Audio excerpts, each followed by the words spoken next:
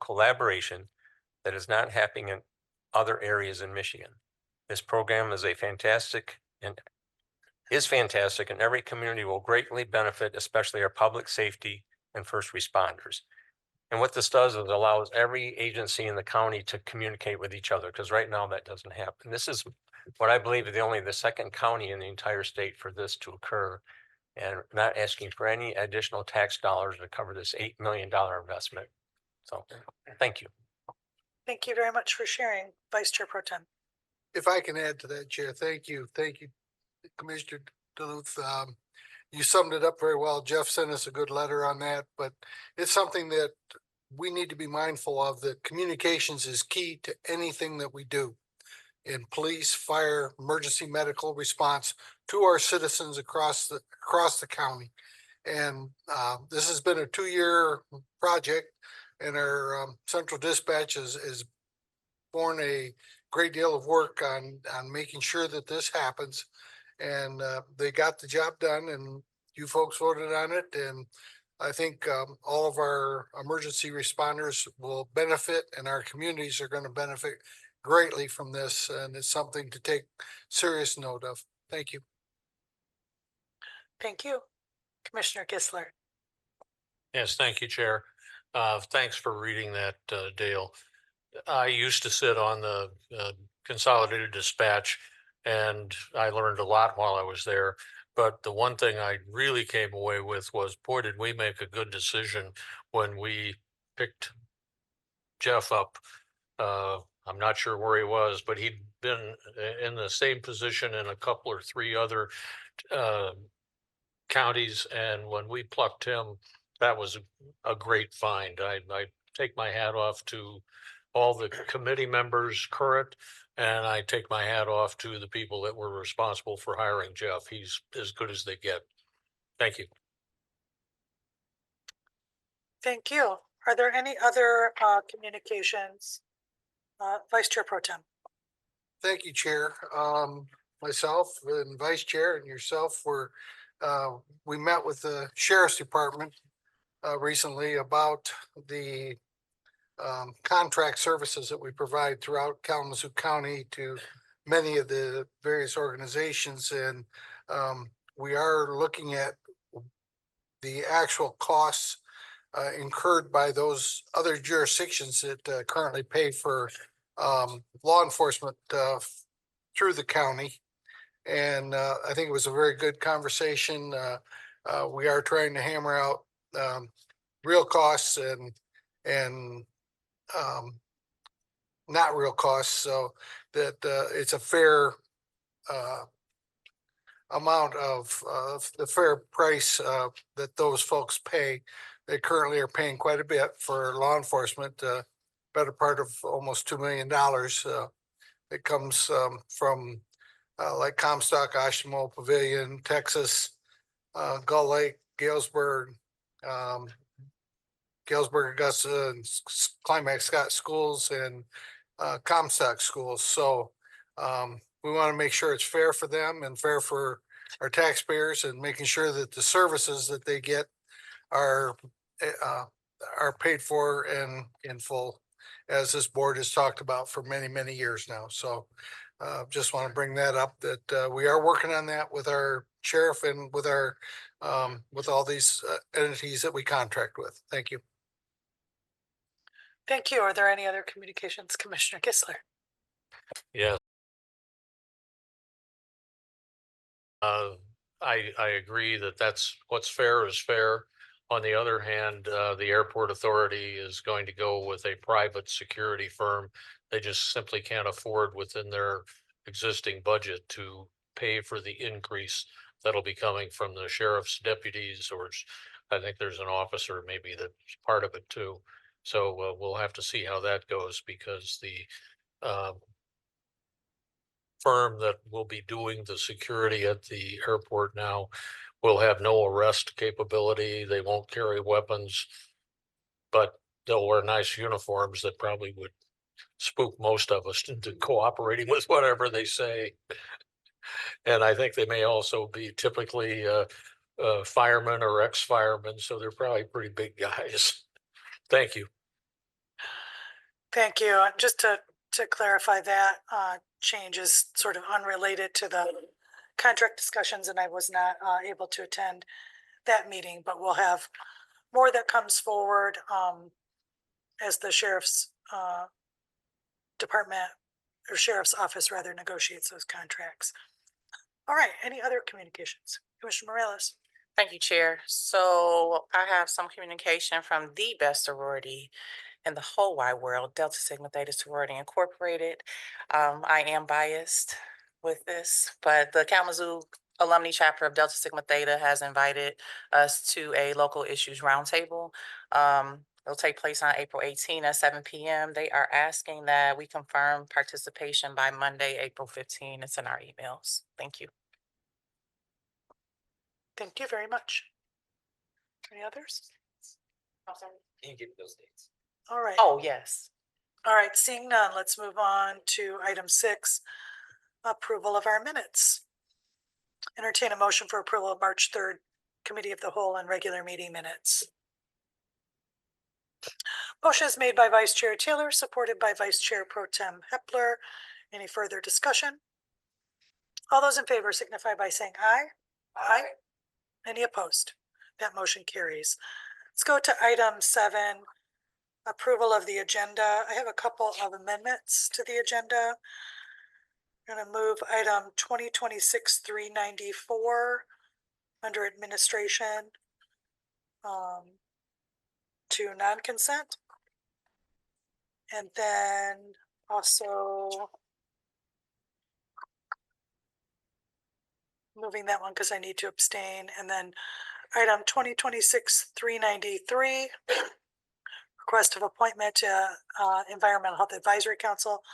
Move that to EHAC for a slight revision. Any other amendments to the agenda? Commissioner Wheeler?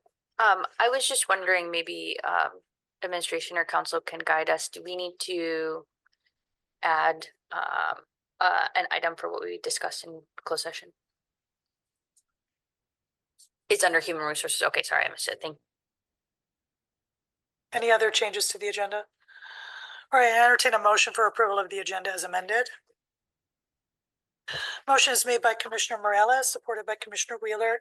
Any further discussion? All those in favor signify by saying aye. Aye. Any opposed? That motion carries.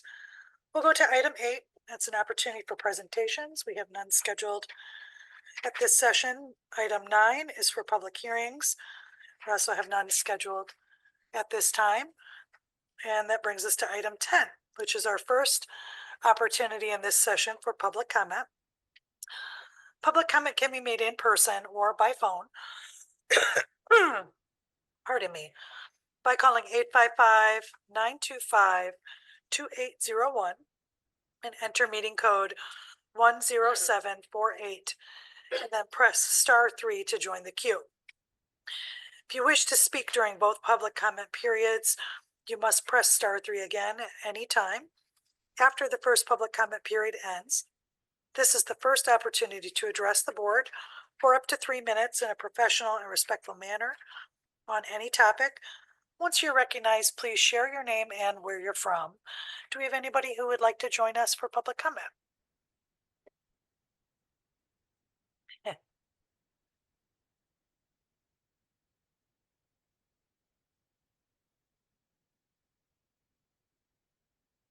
Looks like you got some assistants coming in. There we go. Welcome to you. Welcome. Good evening. Welcome. Thank you. My name is Nakinga Bergen, first Vice President of the Kalamazoo Alumni Chapter of Delta Sigma Theta Sorority Incorporated, the best sorority as Commissioner Morales listed. I'm from Kalamazoo. I am honored to stand before you tonight as we continue our Sisterhood Month activities and this, our Delta Days in our local government. The women of Delta Sigma Theta are here. The purpose of Delta Days is to engage our members and focus on policies, local, and advocacy. Delta Sigma Theta Sorority Incorporated is a private nonprofit organization. Since our founding in 1913, we have been distinguished as a public service organization that boldly confronts the challenges African Americans face, and in doing so, we advocate. So as part of our countywide Delta Days initiative this year, our chapter is focused on solutions around health equity. Specifically, we are advocating for county policies and initiatives focused on the availability of mental health services for members of this community. We're interested in this county's position on all available mental health services, the policies in place or being considered to advance equitable and effective solutions, and most importantly, how Kalamazoo Alumni Chapter of Delta Sigma Theta can support your efforts to advance equitable and effective solutions related to this issue. We look forward to your insights and opportunity to support any local policy work that aligns with the county's health goals and access to care. I'd like to now introduce our Social Action Chair, Ms. Gloria Foster Wembley. Welcome. Good evening. Good evening. As my vice president just said, she took away my thunder. That's what I was going to explain in regards to what we're going to do. We did ask that the commission would ask or answer the questions that we had in the letter that we submitted. We would like to take that information to a meeting that we're going to have with other local chapters around the state in regards to this issue. And I would be proud to be able to say that Kalamazoo County, the city in Portage, was able to respond to those questions so that we can share what we do here in our community. And then hopefully others will do the same if we're doing the right thing. And I know we are. So I thank you for this opportunity. Please look that over. And again, March 31st, if you can get it to us. And then April 21st is when we'll be gathering together. And hopefully we will have some exchange by then so that we can support any work that you guys are doing. Thank you. Thank you.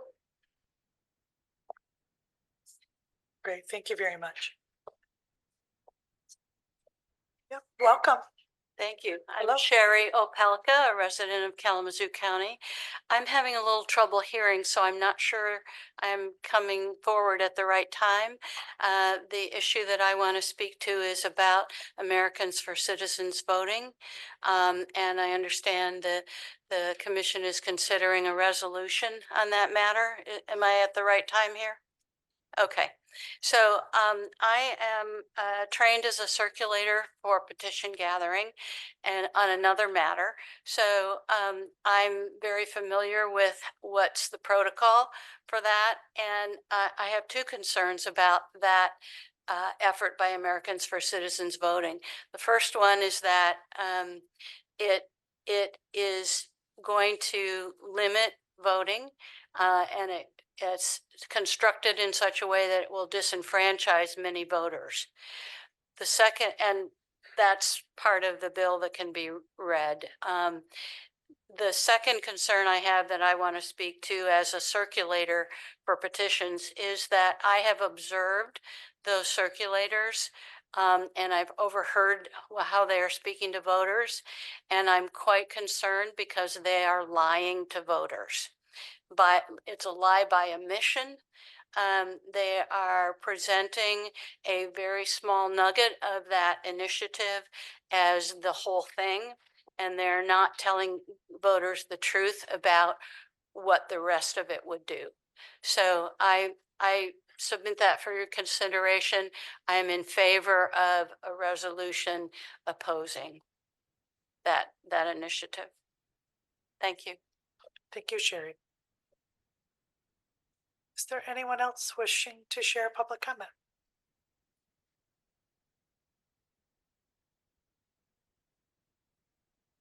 Welcome.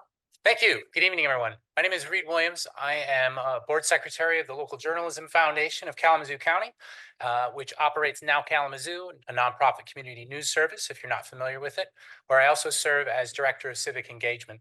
I just want to thank the commission for approving the proclamation in observance of Sunshine Week, which is this week. If you didn't have time to read the draft of the proclamation, and for the benefit of the audience that didn't get to read it or hear it as well, this is Sunshine Week. It's usually the second week of March every year around the birthday of James Madison, one of our country's founders. Sunshine Week is an observance of our right to know, Freedom of Information Act, open meetings law, all of which are relevant here in these chambers and in this building. And of course, to journalists, they're extremely important, and we're trying to raise awareness of those rights so that the public values them as much as we all do. So again, wanted to thank you for accepting that proclamation. I have some additional information about Sunshine Week for the rest of the commission. Dr. Catton, if I can hand this to you. Thanks, sir. And as part of this observance, Now Kalamazoo is organizing 2 events later this week. We have a film screening Friday night at Glow Hall. It's a documentary about press freedom, but it's secret, if you get the irony there, celebrating transparency and not telling you what it's about. Saturday, we have an event I'm extremely excited about, though the county attorney might not be as excited. It is our FOIA Fest, where we teach the public how to create and submit Freedom of Information Act requests. Yep. Oh, that's right. That's right. We want them to be good and proper. And that is the goal. So we will be training the public to exercise their rights, and you might see some fruits of that effort in the week that follows. Thank you very much. Thank you, Reed. Is there anyone else wishing? Welcome. Good afternoon. My name is Zachary Lasser. I live in the city of Kalamazoo. First off, regarding any effort to curtail people's voting rights in my thinking responsibilities, I'm not for that. People should be able to vote as frequently, not like every election, not twice an election, but they should be able to vote without any barriers in place, without, early voting is important, not having to carry. That's new to me, what I heard earlier about, a separate ID just for voting. That's not cool.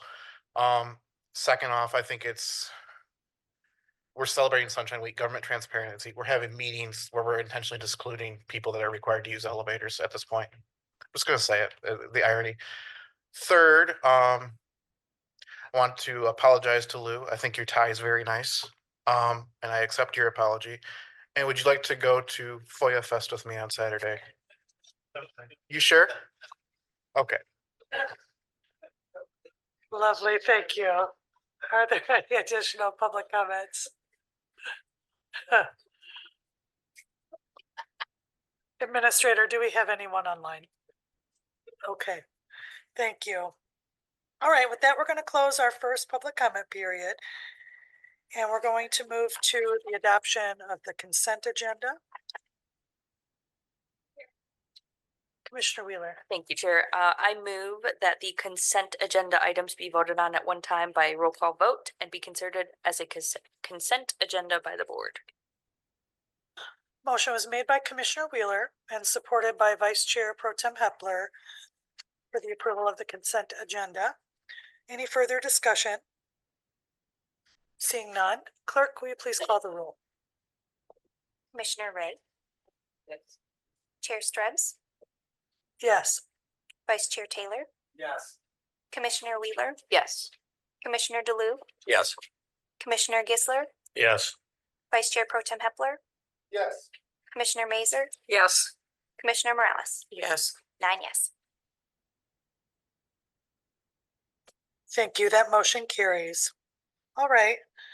We will move now to item that I requested. Let's see here.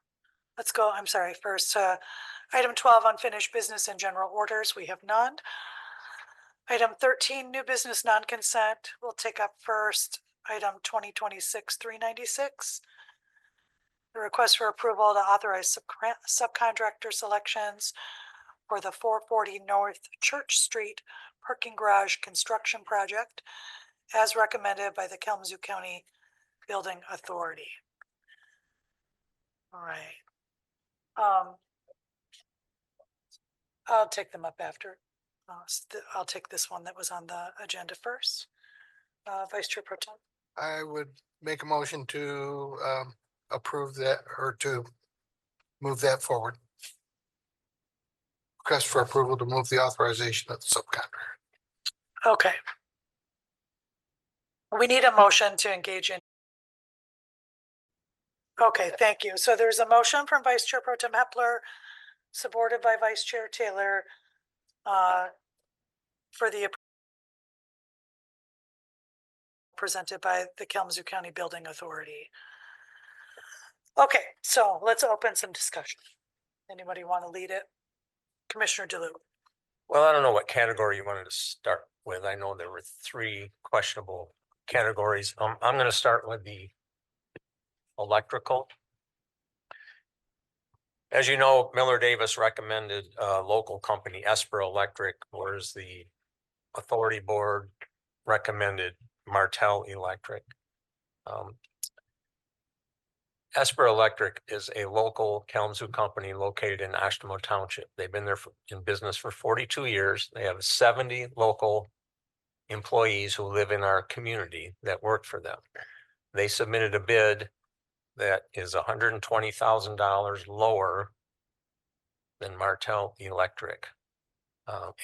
And not only were they lower in price, but they were chosen by Miller Davis to be the electrician for this project. We always promote local businesses. If you Google Esper Electric, one location pops up, and that's on 6th Street in Oshtemo Township. If you Google Martel Electric, they're located over 3 states. They have several locations in Michigan. They do have one in Portage. That's their local office. But even though they have a local office, I guess in the big picture of it, I don't picture them as a local company.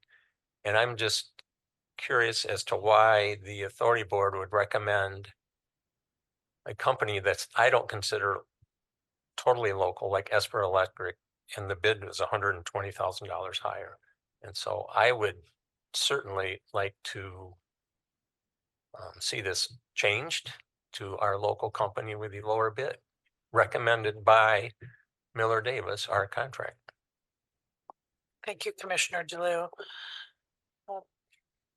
Do you want to share your perspective, Vice Chair? Yes, I'm going off the memory, and maybe it would be better for somebody else that was there, but I'm going off my memory. There were 4 categories.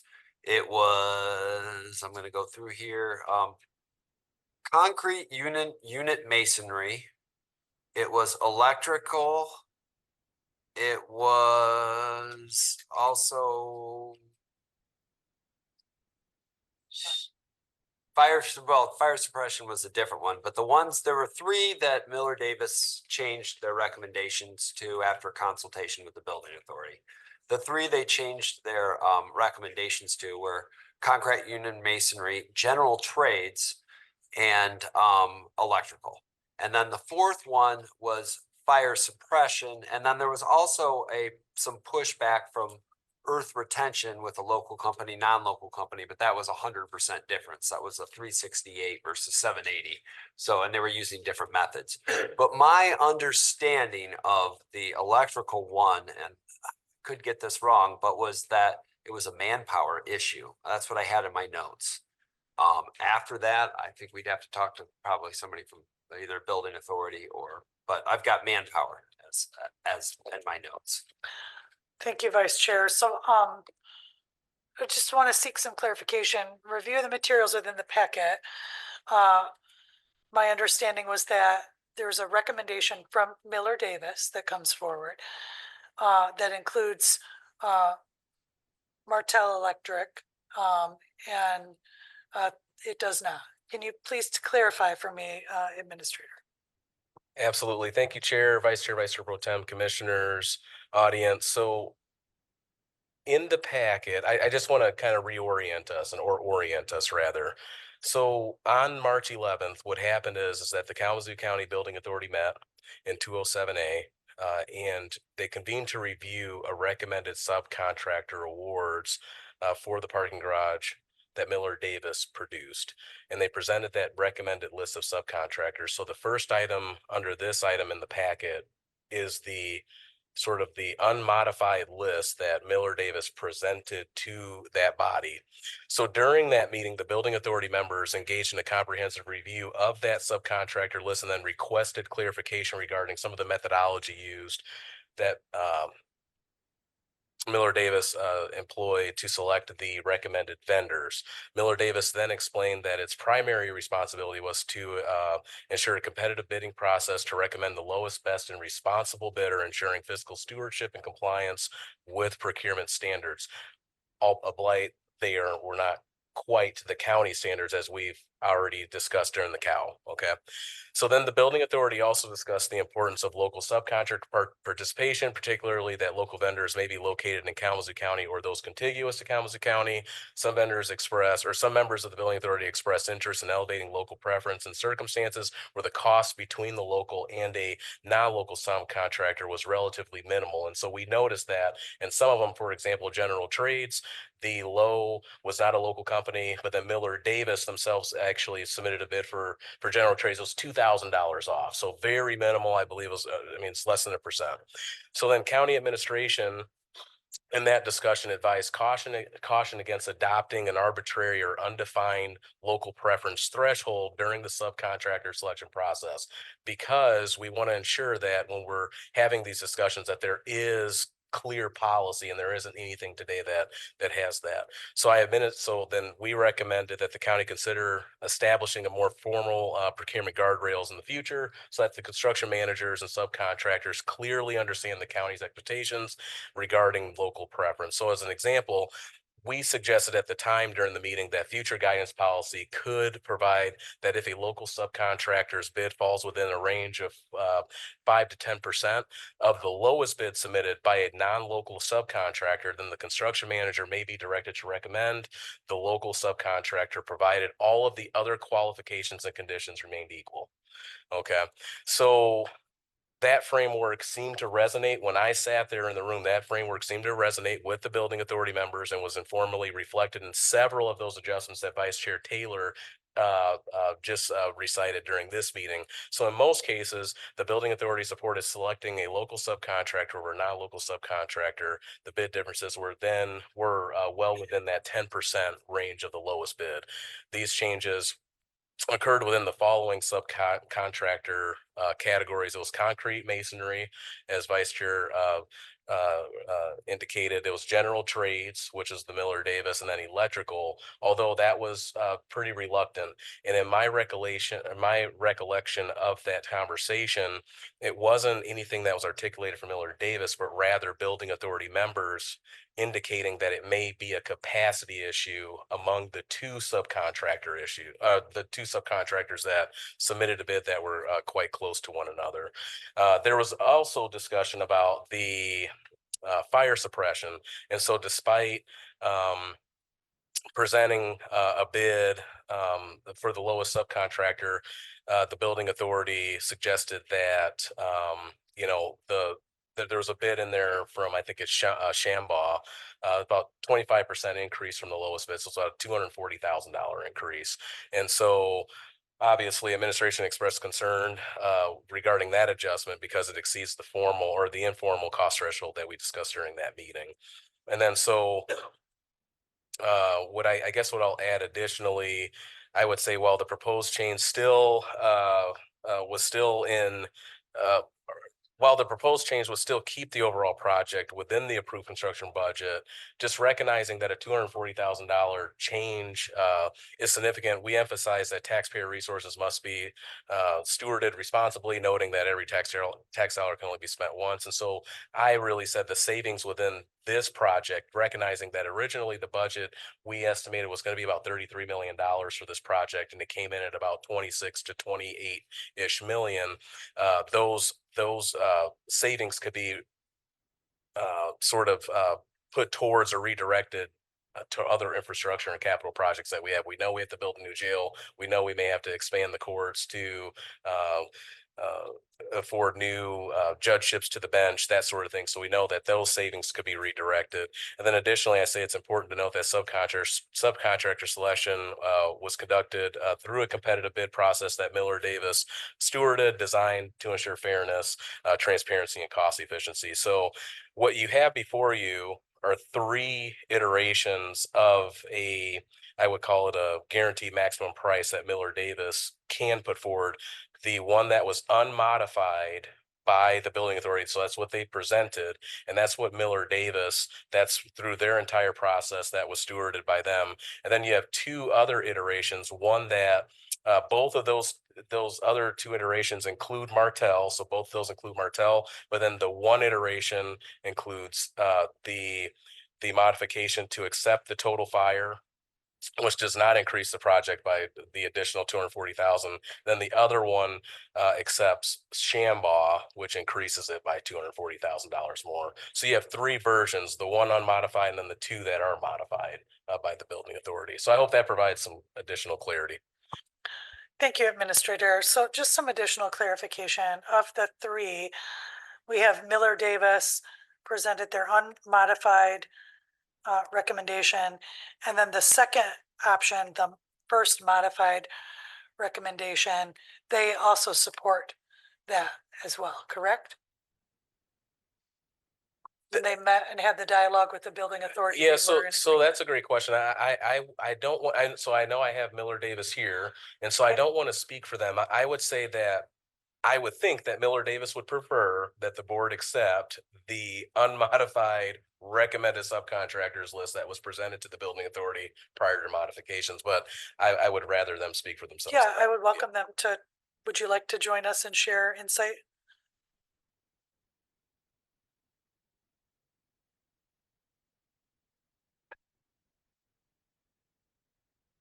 Thank you very much. I'm Jack Abadi, Vice President with Miller Davis. I'm Dan Fletcher, Project Executive for Miller Davis. So we did conduct thorough post-bid interviews with the other contractors that are listed on the other iterations, as far as them being low or responsive and responsible bidders. They checked out. So I'm not clear on that, what exactly you mean from that. So you had post. So we interviewed them, and then we made sure they were compliant with this. They had the capacity and they had the experience and they met all the qualifications of the bid documents. And then the session with the building authority occurred. You all had additional dialogue, and was there a consensus gathered at that session, or is there still not? Thank you. Our recommendation here at Miller Davis is to go with our recommendation, which is the choice of gave you, which was Tuesday morning at 10 o'clock. Thank you. Right, Vice Chair. Yeah, the reason we had the meeting with consultation with you, I'm looking back, and July 25th of last year, for the draft portion of our responsible contract policy that we were going to do it, that we were going to pass, it lists contractors and subcontractors not to exceed $100,000. That was the first one we passed. In the final version, the applicability of that list subcontractors was removed. So you didn't have any information about what our bid policy was, and I have no blame whatsoever for you, our desire and preference to go with a local company. I think what Dale's bringing up is a different point if they're both local. But that being said, did you mostly interviewed any of the bidders that were the low bid, correct? You didn't interview any second or third lowest bids before the building authority meeting?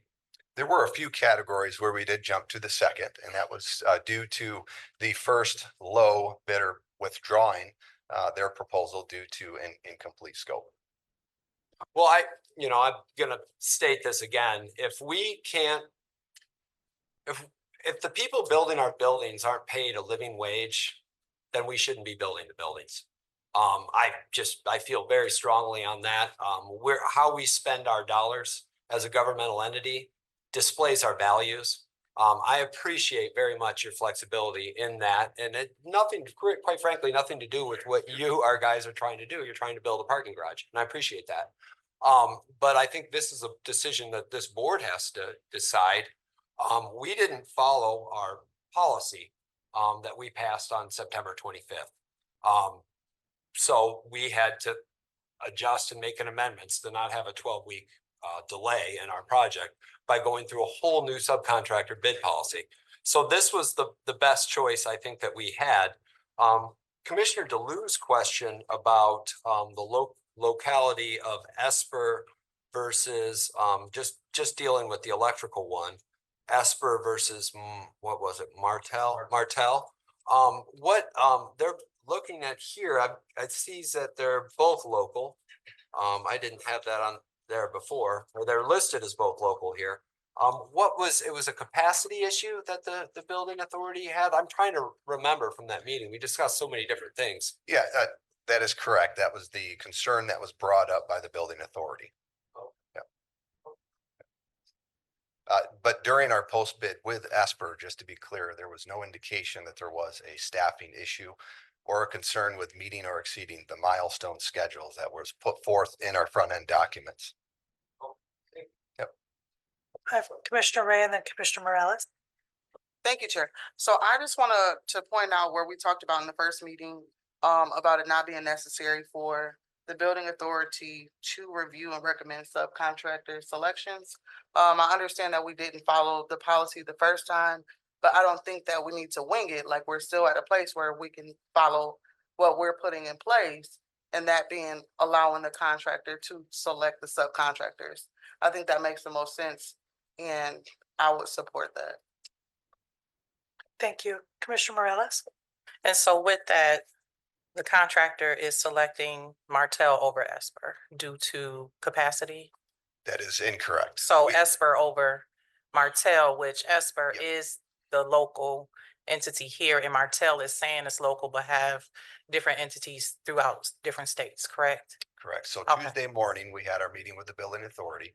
And in the documents that you have, we have our Miller Davis recommended subcontractor bidders list. That's what we presented to the building authority. And then that was through that meeting that was later changed due to the building authority's recommendations. Okay, so Vice Chair, you are okay with them selecting is it Esper? Or because of the policy that you said we didn't follow, you're supporting Martel? I just need some clarification. So, and through the chair, Vice Chair, would you please Excuse answer? me, Chair. Thank you. No, I think since we didn't follow our policy, and I think it was very clearly stated in several drafts when we created our responsible bidder contract policy, that we would have a value-based proposal as opposed to, and I am not blaming Miller Davis at all. You guys kind of got stuck in the middle of this. But no, I will be, if we're not going with a local contract policy, I would probably recommend, and this is going to make Jeff Hepler's head spin, that we go back through the bid policy and follow our original policy and the original intent of the Board of Commissioners from September of last year, and redo our local bids so that we can put our matrix in and our value-based bid process in. The next best thing is to go with the building authority's recommendations.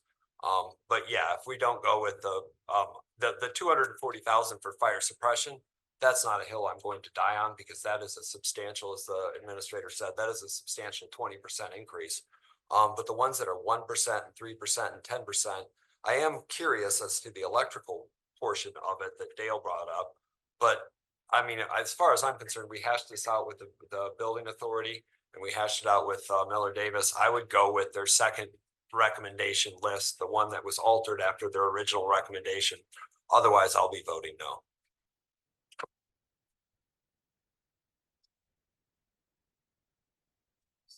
Commissioner DeLue?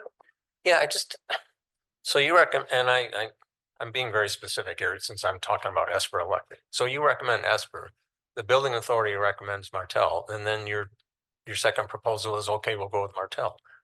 What did they say how did that come about? Yeah, as per the direction of the building authority. I want to make that very clear.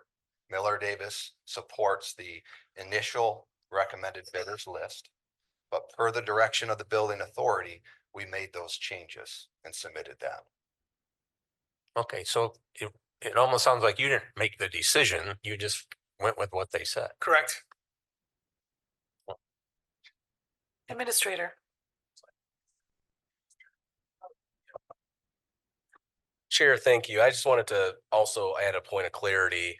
So what is before you? So Miller Davis submitted their unmodified list and guarantee maximum price.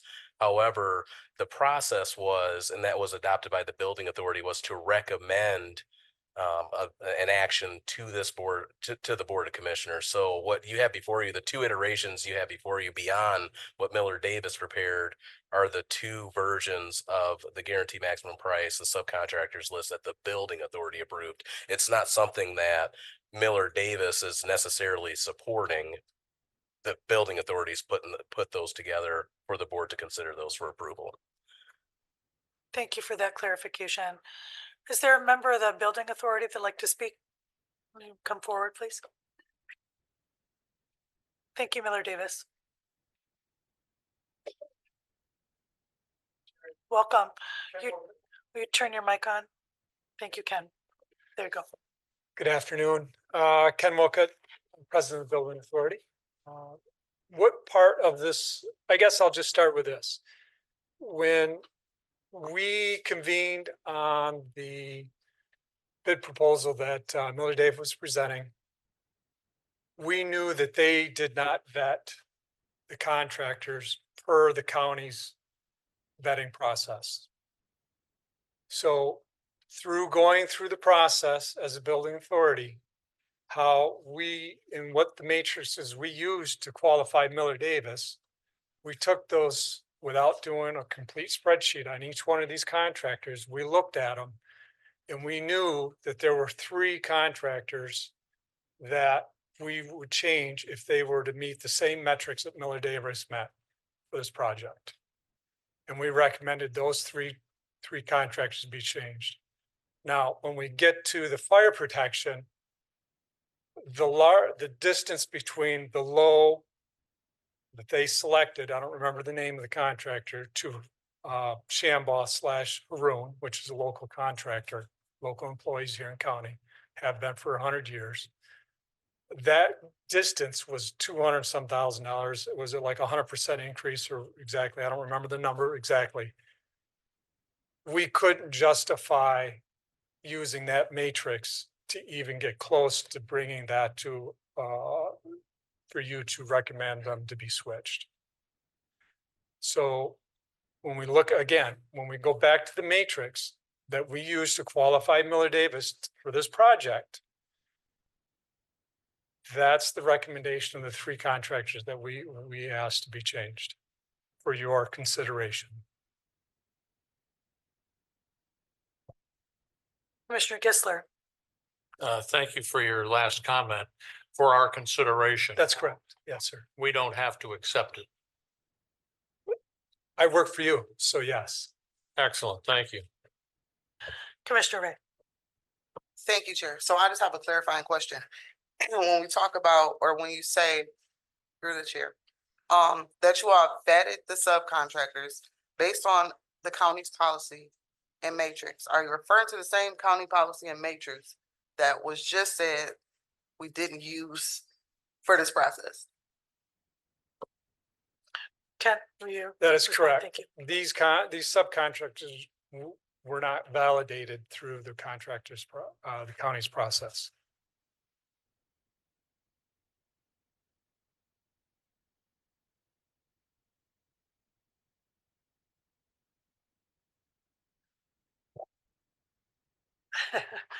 I see our board, I think what we're endeavoring to do here is to have a process that is objective. We want our values identified and brought forward in the way that we're building and contracting. We understand, and from dialogue today, I'll need to clarify further with Vice Chair, but initial draft identified subcontractors and final draft presented to the board did not. There was no requested change to the draft, so that's a concern, and that would be, again, my understanding why the policy applied to subcontractors. We had discussion as early as possible with Miller Davis to that regard. We'll recall discussing before contract recommendations were before even the initial recommendation from Miller Davis was brought forward, we clarified the components of our matrix, the values that we're working to uphold, that was shared with Miller Davis.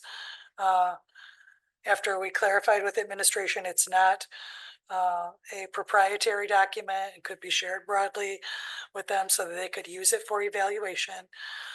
And even after articulating that to Miller Davis, my understanding is that those matrix were not applied. So it is up to the board at this point. We will obviously rectify it going forward. The policy will address contractors and subs explicitly as was intended. We have a recommendation that moves us towards intention or stands with,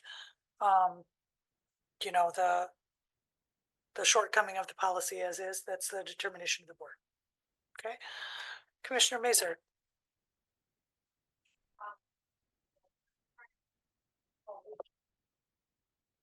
Do we know which contractor, electrical contractor is union? They both are. So I'm not sure we can clarify that. Vice Chair, it's time to articulate they're both local. Okay, Commissioner Mazur, will you turn on your microphone? Commissioner, be recognized. Commissioner DeLu, will you share what you said? Yes, I learned today Esper is not union. I believe Martell is union.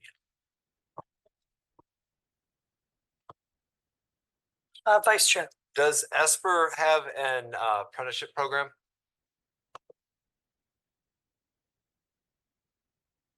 I do see a member.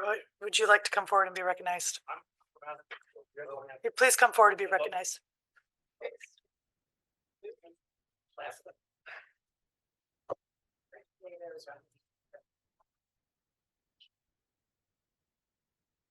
Thank you, everybody. Absolutely. And I'd like to state for the record that from our perspective, we are the low qualified bidder for this project. We met every criteria we were asked. We were vetted by Miller Davis. The next bidder up is 120,000 and some change higher. We've been in Kalamazoo County for 42 years paying taxes. I live in Kalamazoo County. I have 70 employees that live in this area. I don't even know what the matrix is, but I'm guessing we can probably still get the job based on this matrix that I've never seen or heard about until today. So I just want to state that, but I'm happy to answer any questions you have. Thank you so much, Vice Chair. Yes, and I think the biggest problem today is. There's a point of order that's I'm sorry. Commissioner Morales. Order. Thank you, Chair. Who are you, sir? I'm Dan McLean from Esper Electric. Okay, wonderful. Thank you. Yes. Thank you. So I'll recognize Dan from Esper Electric. Now, Vice Chair, you have a question. Thank you the chair for being here Absolutely. and agreeing to do this. I think the biggest problem is you never saw the matrix. Nobody saw the matrix. That is why we're here. And I couldn't agree with that more. Yeah. But I guess the question is when I'm going through and I'm trying to just come up with this kind of quickly, but according to our bidding policy, we give points in the matrix that we passed. It was passed on September 5th, I believe. There's points for your safety rating, points for whether or not you have an apprenticeship program. Which we do. You do have an apprenticeship Absolutely. program. State recognized apprenticeship program. Okay. So good safety record. yeah, EMR. and this is the problem. We're trying to do this on the fly. I understand. And Yes. and we're not interested necessarily in the lowest bid, although that is a big factor, huge factor. I understand both of those things. But we give points to a lot of the different things. So I don't know if you want to take this, piece by piece of the three that were different from the building authority to Martell, or not Martell, the building authority to the original Miller Davis contracts. We could do that, but of the 19 categories, the building authority and Miller Davis agree on 15 of them. Miller Davis agreed to modify their recommendations on 3 of them, and then one they just never coincided. So I don't know, Chair, do you want to go through each one of the four and do that, or do you want to just So vote at on the- one of the three? At the time, we have a recommendation, a motion on the floor to accept the recommendation. Council, is there a subsidiary motion to divide the question that can be imposed at this time? Or does the primary motion need to be voted upon first? Thank you, Madam Chair. There can be a motion to bifurcate the items under this motion. And then you discuss and vote on those bifurcated items and then go back to the main motion on those. Thank you. Thank you. So that's a consideration. Commissioner Wheeler? Could you restate the motion? We're just unclear on if we're approving the original from Miller Davis or a modified version. No, so the motion is to request the approval to authorize a subcontractor for 440 North Church Street as recommended by the building authority. So it is not Miller Davis's original proposal. It is, that's the motion, that's the opened discussion. And the board can support or vote down, or a motion to divide the question can be moved as well. Those are options before the board at this time. Commissioner Ray. Well, I move to divide the question. I don't know what that needs to sound like, Lou. Yeah, you gotta use the word bifurcate. Either. All right, there is a motion from Commissioner Ray, supported by Commissioner Morales, to divide or bifurcate the question as related to the recommended contracts. So I need, I don't have access to my computer, so I need help to identify which to take up first. Thank you. Okay, appreciate that. All right. Madam Chair? Thank you, Council. Yes. I'd just like to clarify, as I heard your question, in the practical sense, the body would like to vote on the 15 items that both parties agreed to, and then take the other 4 items and deal with those. Okay. Oh, wait, that's not. Yeah, that's what I heard.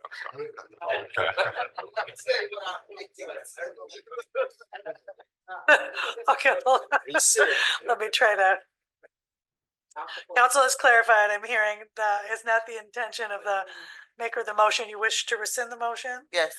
And is there support from the seconder to rescind? All right, so the motion is rescinded. Do you want to try to restate? So I guess it will be a separate motion, so maybe we need to vote on this one first, but my recommendation would be to take the recommendations for Miller Davis. Which one? The original. The original one? Okay, so we still have a primary motion on the floor, which is to accept the recommendation from the building authority. We do not have a subsidiary motion to divide the question. So at this time, if there's further discussion, or we need to call the question. So we will call that question. I'm sorry, Commissioner Gessler. I'm sorry, Chair, I need clarification. If, we're not gonna bifurcate anything. I like that word.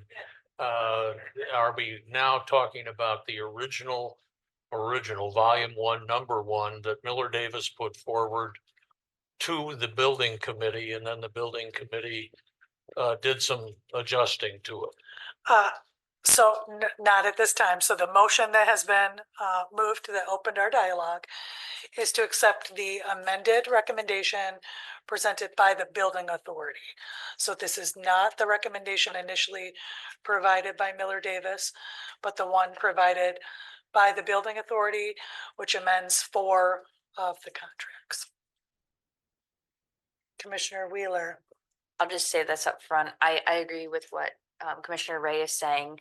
And I don't want to undermine the hard work that the building authority did. I know they took time and energy and to be diligent. But this process hasn't necessarily been what we wanted it to be per our policy. And I think that we need to honor and respect that with Miller Davis and the work that they put in. And going forward, we can now make a better process with the building authority, with our policy, with what we truly want to see out of this process.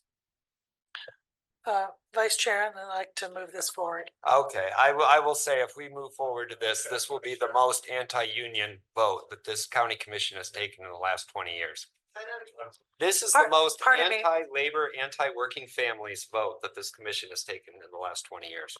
So pardon, Get it down to the open. order, please. Let the chair recognize. Thank you. I understand we are in contentious discussion. Please let the chair keep our discussion. So council, do you want to weigh in? Turn your mic. I thought I heard Commissioner Ray said call the question. And if she did, that stops debate immediately. Thank you. There needs to be no second on that, and it needs to be voted on right now. I Thank you, Madam appreciate Chair. that clarification, council. I will recognize Commissioner Ray did ask to call the question. Clerk, will you please call the roll?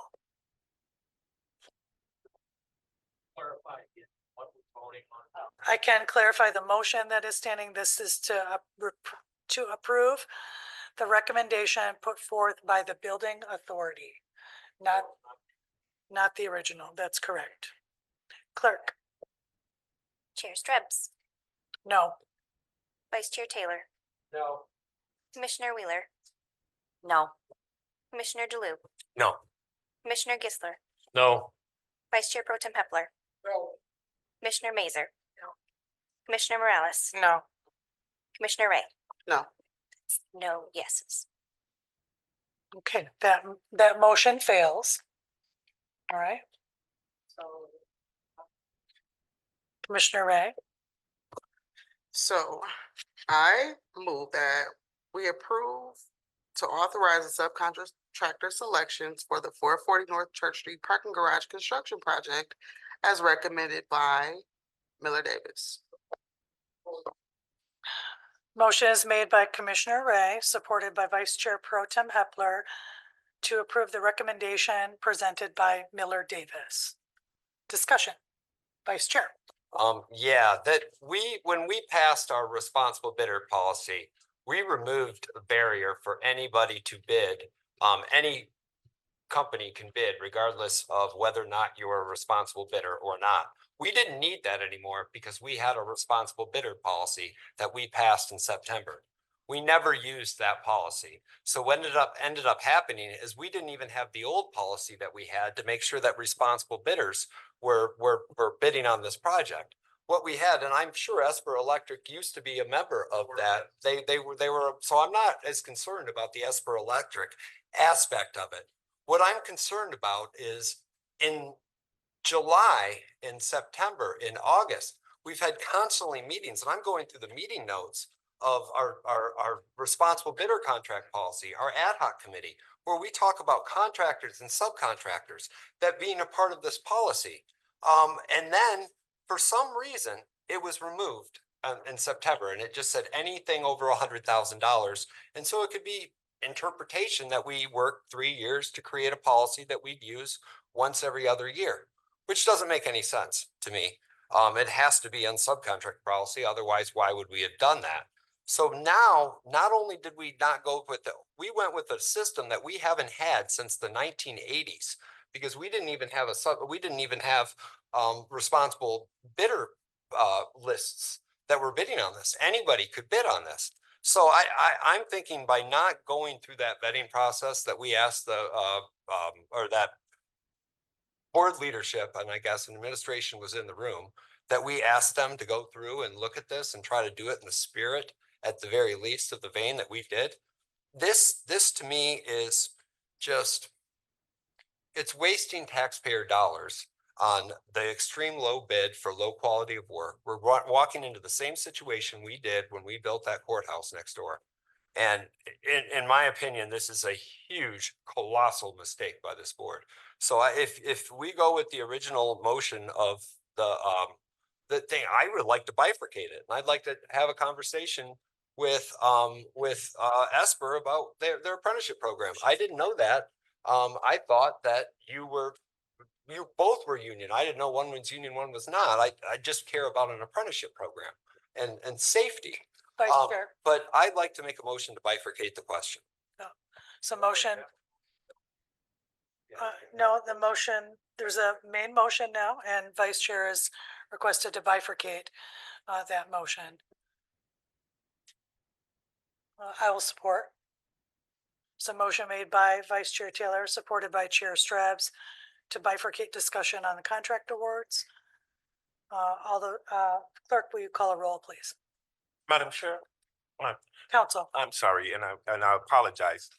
In terms of the bifurcation, what would be included under there that would be Thank you. separate and apart from the? Clarify the motion, Vice Chair. Thank you. Thank you, Corporate Counsel. I'd like to first pass all 15 categories that are agreed upon by Miller Davis and the Building Authority, then go each individual of the 4 different categories, and we can vote on each one of those 4 one at a time. I support. Discussion on the bifurcation motion. Oh, yes, thank you for standing there. My apologies. Clerk, will you call a roll on the motion to bifurcate? Vice Chair Taylor, Yes. Commissioner Wheeler, Yes. Commissioner DeLu, Yes. Commissioner Gisler, Yes. Vice Chair Pro Tem Hepler, Yes. Commissioner Mazer. Yes. Commissioner Morales, Yes. Commissioner Ray, No. Chair Strips, Yes. 8 yes. Thank you. That motion carries to bifurcate. So first of them will be the contracts, the 15 contracts that are in agreement. So motion made by Vice Chair Taylor, supported by Commissioner Wheeler for approval of the 15 construction contracts aligned for Miller Davis and the Building Authority. Any further discussion? Commissioner Ray. I have a question. I'm not opposed to this current motion to approve the 15, but so then we make decisions on the other 4 without being informed. Do we have all the information in front of us? I don't understand why we're doing, I mean, I ain't gonna say I don't understand because I think I understand at this point, but I feel like this is one of those examples of when board leadership decides to move forward with something and not bringing it back to the full board. It kind of just don't work that way, right? So you wanted to save time. We didn't want to delay the process 12 more weeks. And now here we are, and the full board doesn't agree with the decision that the 2 of you, again, are trying to push and make us agree with. We don't agree.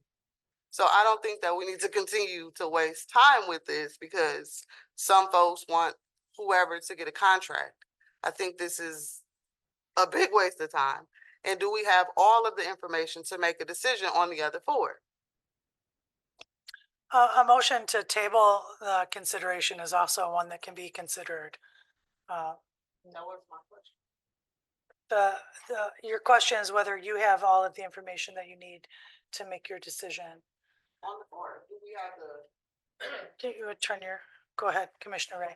do we have the bids in front of us, the information that was submitted to the Building Authority, to Miller Davis? Do we have all of that information, or are we just voting based on information that board leadership has seen and the rest of us have not? So to clarify that, I haven't seen any of the bid documents. What I have seen is a recommendation for Miller Davis and the Building Authority, like the rest of the board has seen.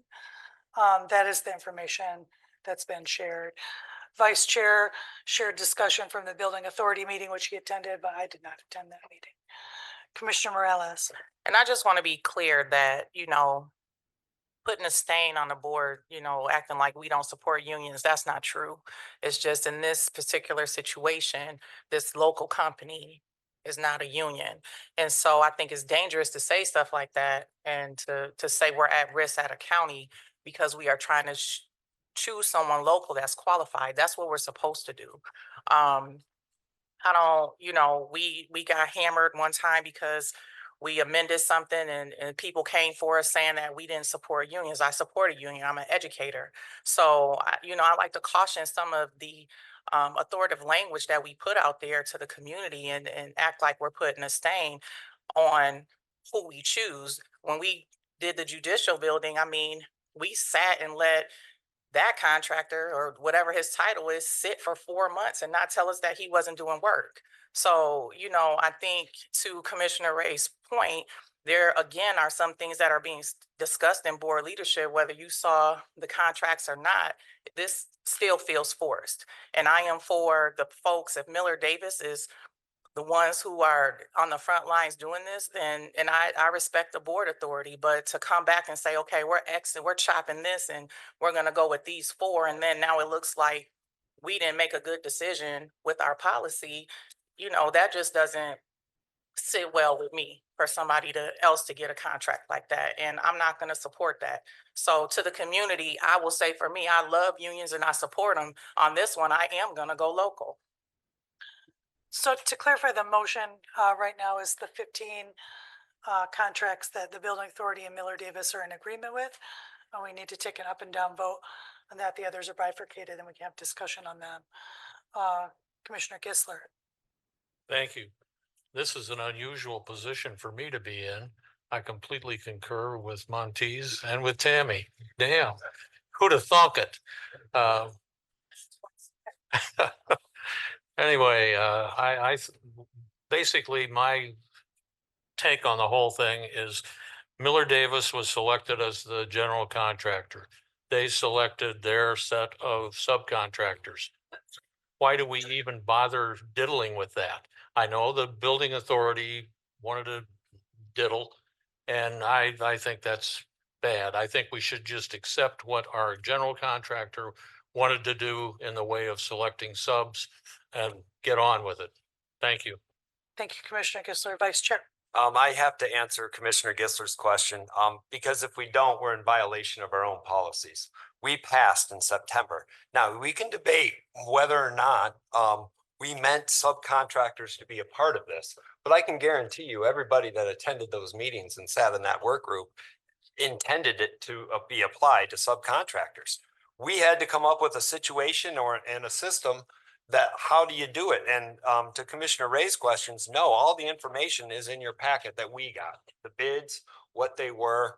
There was some communication in the meeting that I was at, but as far as written documentation, no, I have the exact same information that you guys have. But we got rid of our responsible contract policy when we passed this. So yeah, I think we go through each one and we ask if it's local or not. I've got no problem with that. And some of these differences are $2,000 and $3,000.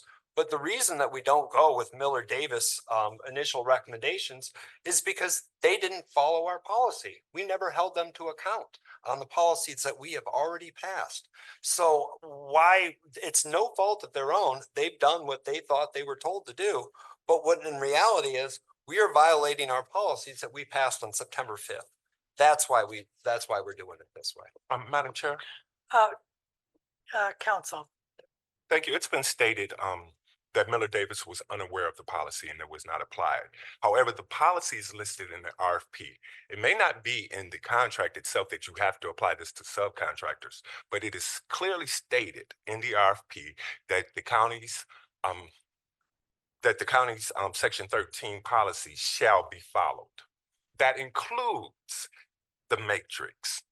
And Miller, Jack, and David, I like you guys, but that is something that they should have been aware of because it was in the RFP and it should have been applied at that point. So I'm sorry, I have to take contention with the fact that it's not Miller Davis's fault. It's part of the RFP. Thank you, Madam Chair. Thank you very much for that clarification, Council. And shall is a language within the law, means we are required to uphold that. Commissioner Gisler. Will respond to John, and I will refer anybody that can get a hold of the videotape to his outburst 10 or 15 minutes ago when his union label forever underwear. I won't get it back. Thank you, Commissioner Gisler. I love it when you provide commentary on fashion choices. It always makes me happy.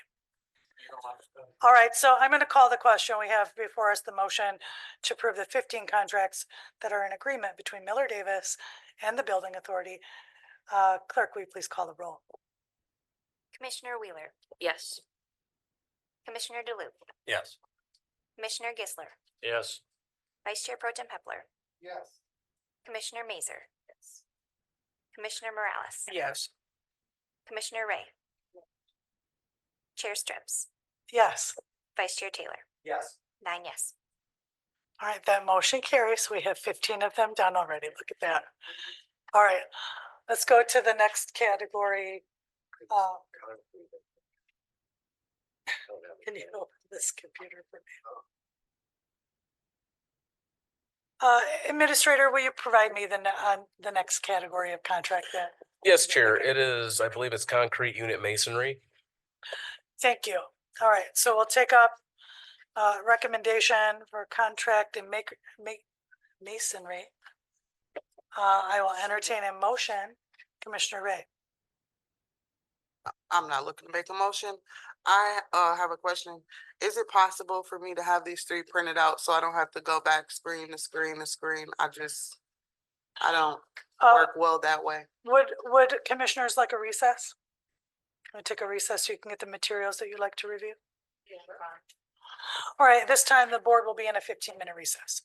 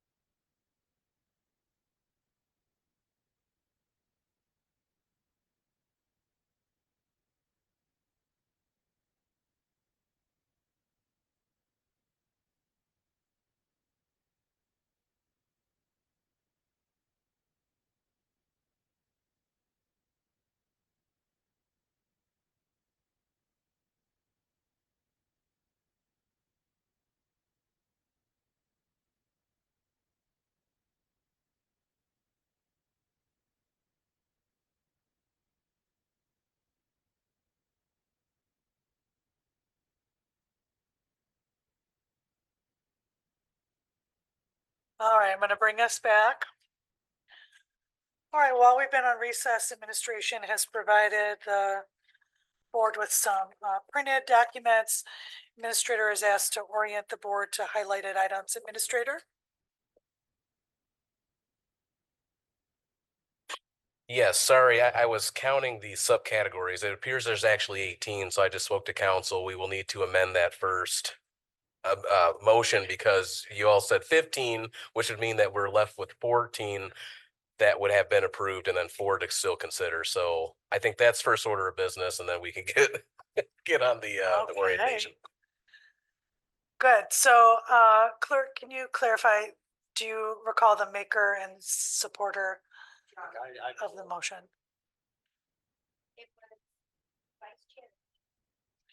Thank you. So the motion from Vice Chair to approve the 14 construction contracts agreed. So to- moved. And I will support. Should we take a roll call again, please, clerk? Vice Chair Taylor, Yes. Commissioner Wheeler, Yes. Commissioner DeLu. Yeah. Commissioner Gisler, Yes. Vice Chair Pro Tem Hepler, Yes. Commissioner Mazer, Yes. Commissioner Morales. Yes. Commissioner Ray, Yes. Chair Strips, Yes. 9 yes. Thank you. That motion carries. All right. Administrator, you'd like to orient us to the printed materials. Absolutely. That was pretty painless, actually, so that wasn't bad. All right, so what I did was printed off the materials exactly as they're published in the packet. So what I did was print what you'll have in front of you. The first iteration of the document is Miller Davis's unmodified recommendation. Okay, so what I did was highlighted from their recommendation. So you have 4 categories. The first one being concrete unit masonry, then general trades. Those 2 are on the first page of that document. And then on the second page, you'll see at the very top, fire suppression and electrical. Those are the 4 that the board will be considering at this time.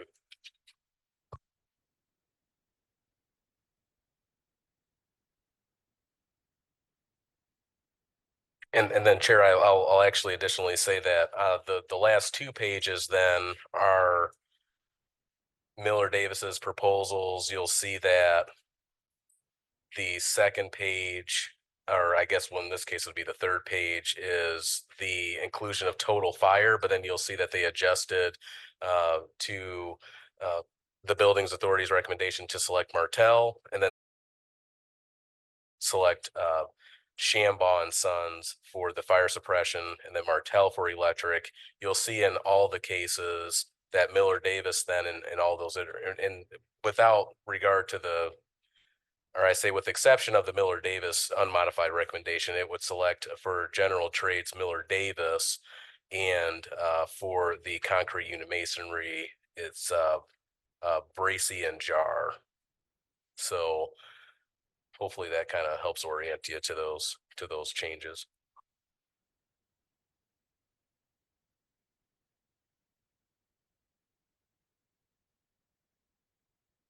So our 4 categories to review are concrete unit masonry, general trades, fire suppression, and electrical.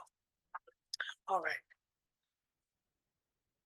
So let's take up concrete unit masonry. Chair, I'd like to make a motion. Yes, Commissioner Wheeler. I would like to make a motion to approve Bracy and Jar as the subcontractor for concrete unit masonry. I'm sorry, Commissioner Morales. Motion is made by Commissioner Wheeler, supported by Commissioner Morales. Let's open discussion. If I may, Chair. Commissioner Wheeler. I want to give my reasoning behind this. Bracy and Jar is a local company, whereas the original recommendation is not. I know we put some weight behind that. And the third option was not recommended by either entity. So I figured, that carries some weight as well. So that's just my justification behind choosing this particular company. Thank you. Any further discussion? Seeing none, clerk, will you please call a roll? Commissioner DeLu, Yes. Commissioner Gisler, Yes. Vice Chair Pro Tem Hepler, Commissioner Mazer, Yes. Commissioner Morales, Yes. Commissioner Ray, Chair Strips, Yes. Vice Chair Taylor, Yes. Commissioner Wheeler. Yes. 9 yes. Thank you. That motion carries. Let's next take up the general trades recommendation. And entertain a motion. Vice Chair Pro Tem. I make a motion, Miller Davis, for the general trades. Motion is made by Vice Chair Pro Tem Hepler, supported by Commissioner Morales, for Miller Davis for general trades. Discussion. Commissioner Wheeler. I'll again provide my also input. Looking at this, Distinctive Group is not a local company, which was the original recommendation. Miller Davis is local, and the cost differential is about $3,000. I figured that's justifiable. Commissioner DeLue. My only question is, it appears as though Miller Davis didn't recommend themselves. They did not, they weren't the lowest bid. So they were going just on a solely cost consideration basis in their selections. That's it. Thank you. All right, seeing no further discussion, clerk, please call the roll. Commissioner Gisler, Yes. Vice Chair Pro Tem Hepler, Yes. Commissioner Mazer, Yes. Commissioner Morales, Yes. Commissioner Ray, Yes. Chair Strips, Yes. Vice Chair Taylor, Yes. Commissioner Wheeler, Yes. Commissioner DeLue. Yes. 9 yes.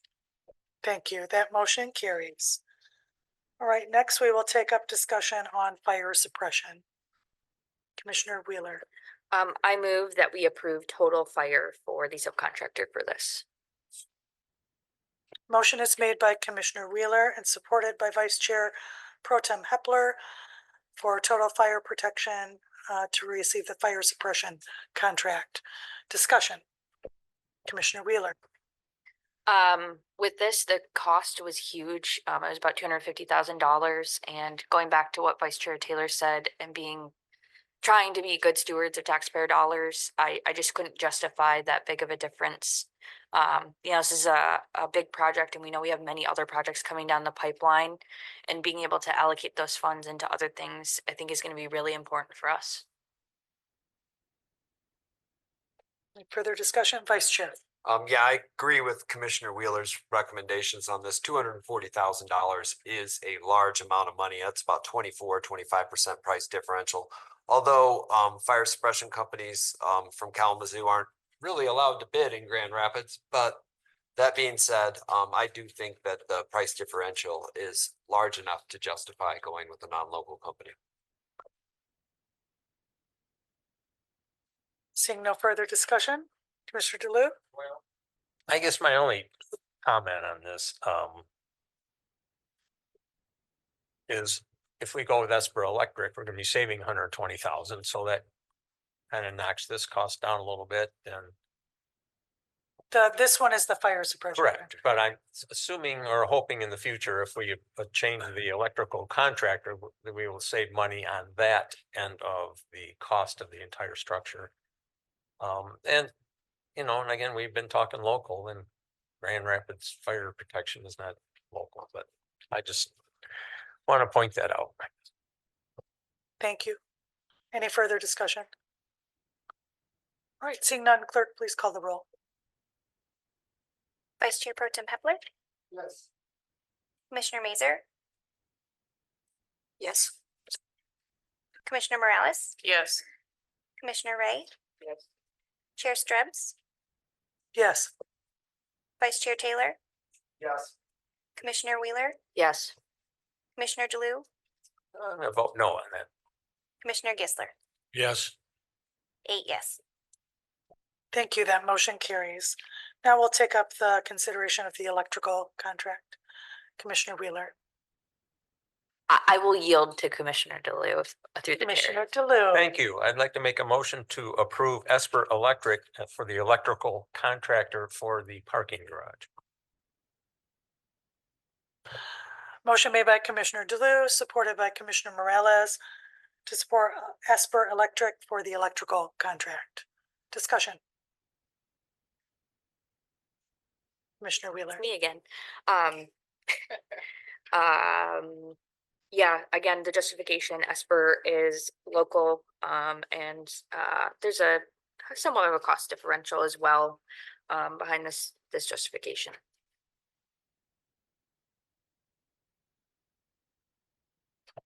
Thank you. And to clarify, they are the low bid contract and identified as a local contractor. Any further discussion?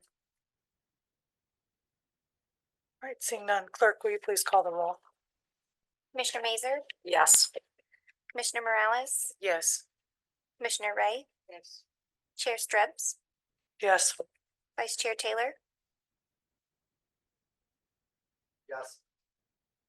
Commissioner Wheeler, Yes. Commissioner DeLu, Yes. Commissioner Gisler, Yes. Vice Chair Pro Tem Hepler. Yes. 9 yes. All right, that motion carries. All right. Colleagues, that was complex and challenging.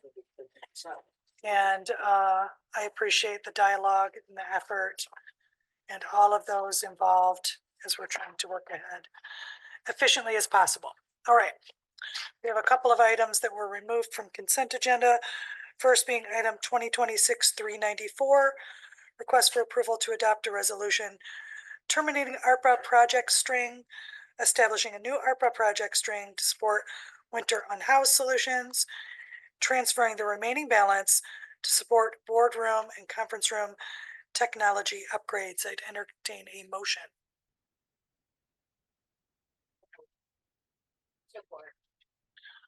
Motion made by Commissioner Morales, supported by Commissioner Wheeler. Is there further discussion? Just really quick. Vice Chair? Clarification, it didn't have the dollar, well. Oh, it's 15. Okay.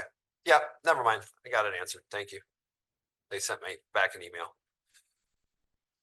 Okay. Any further discussion? Clerk, please call the roll. Commissioner Ray, Yeah.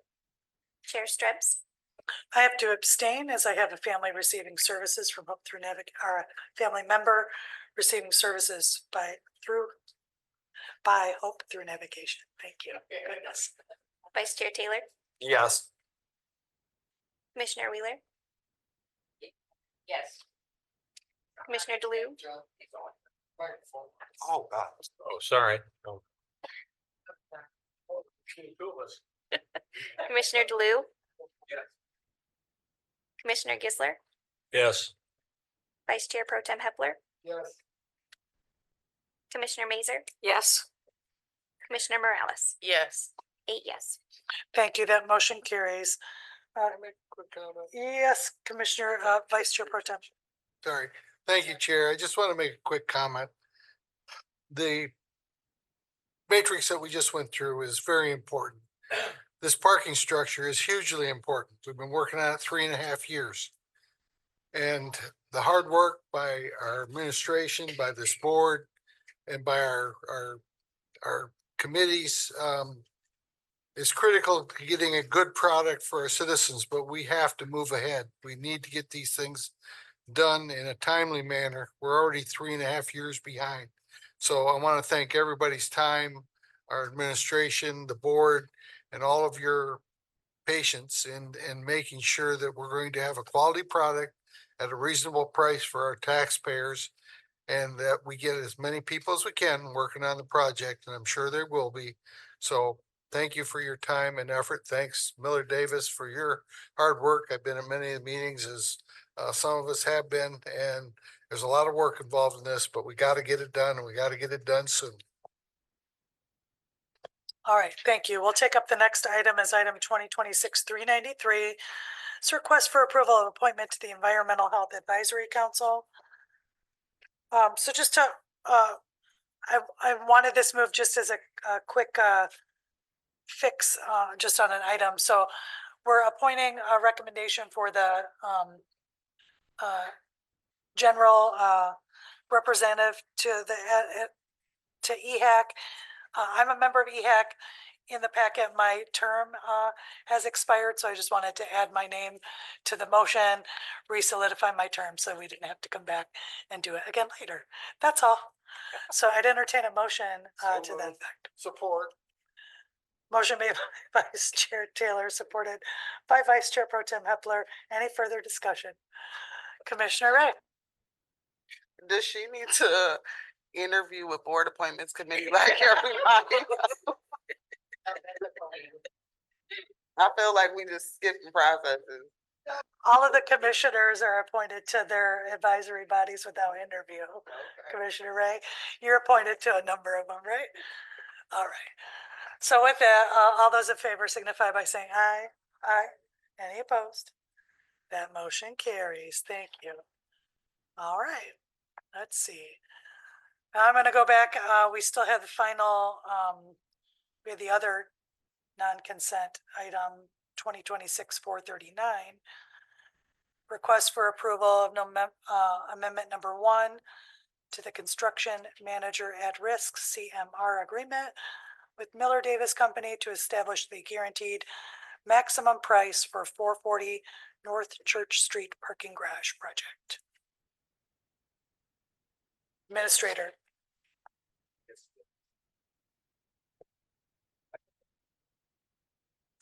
Yeah, that's actually a good point.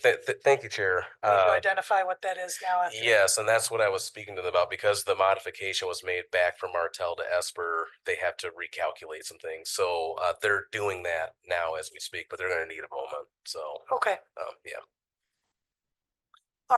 It's at Chair's prerogative. I can move us forward to our next public comment period, and then we can come back to the item. Unless I see Vice Chair Pro Tem, did you want to make a comment?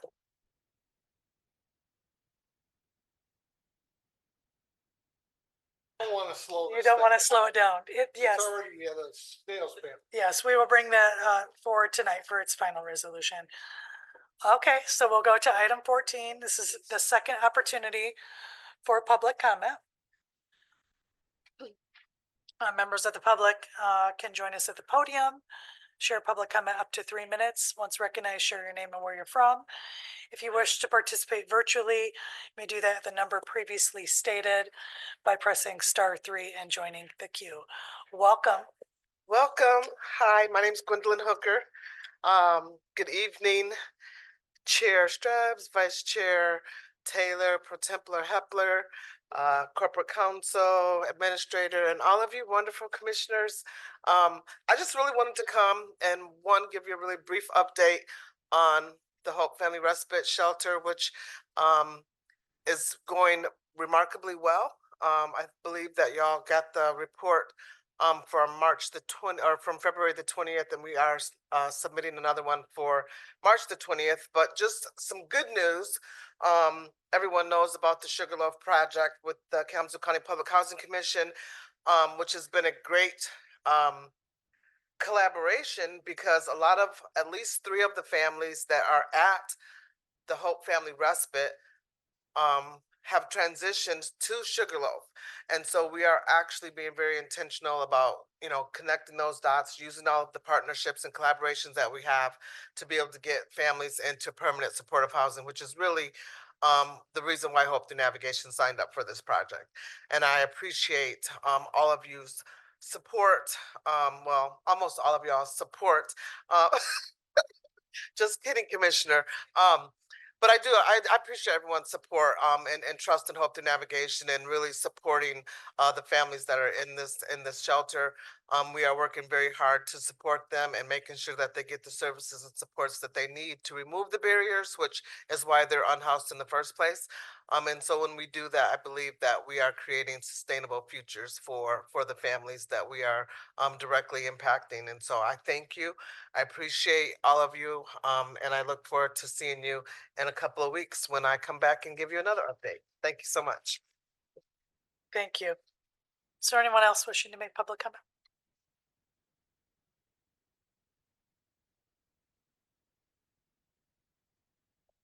Welcome to you.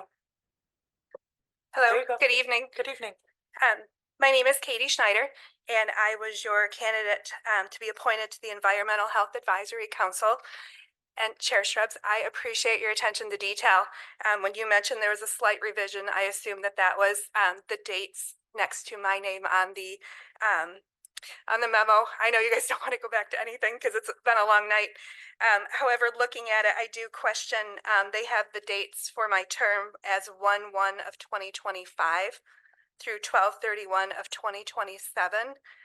If I am reading the paperwork correctly, I believe that's a 36-month term. And that date would actually be January 1st of 2026 through 12/31 of 2029. So, thank you. Thank you very much.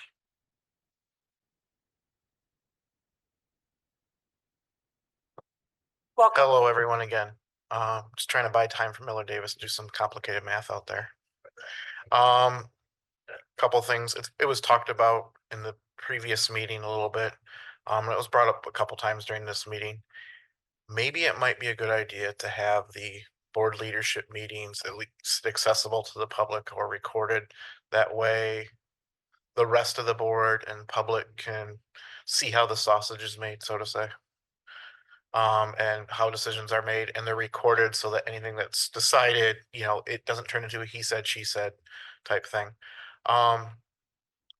The other thing is, I was wondering if we could FOIA request the spelling of bifurcate, as well as maybe that matrix. Maybe that should be publicly accessible so bidders can see what the matrix is, what they'll be scored on. That way, if they know they don't meet the requirements, they won't waste their time. That's pretty much all I have to say. Sadly, I think Miller Davis needs more time though. So can I come up with something else? No. Thank you very much. I will just address, and we'll follow up regarding the dates on EHAC, but sometimes the appointment process lags a little bit, and so you're moved into a term that's already occurring. And so we'll just confirm the dates, and if they need revision, we will address them, but they may be correct. Okay, yeah, thank you. Council? Thank you, Madam Chair. As we discuss section 13 of the purchasing policy, I'm discussing already with the purchasing manager and finance director to schedule meetings in order to draft language for the amendments that may be necessary. And in that regard, I would respectfully request that members of this body submit to me any amendments that they would like to see for consideration and discussion, so that we can massage those into the right language for this body to consider over the next. And we hope to be doing this work over the next few weeks to get that done. So please, after you've had a chance to think about and review, please take the time to send an email directly to me with what you believe needs to be added to the policy. Thank you.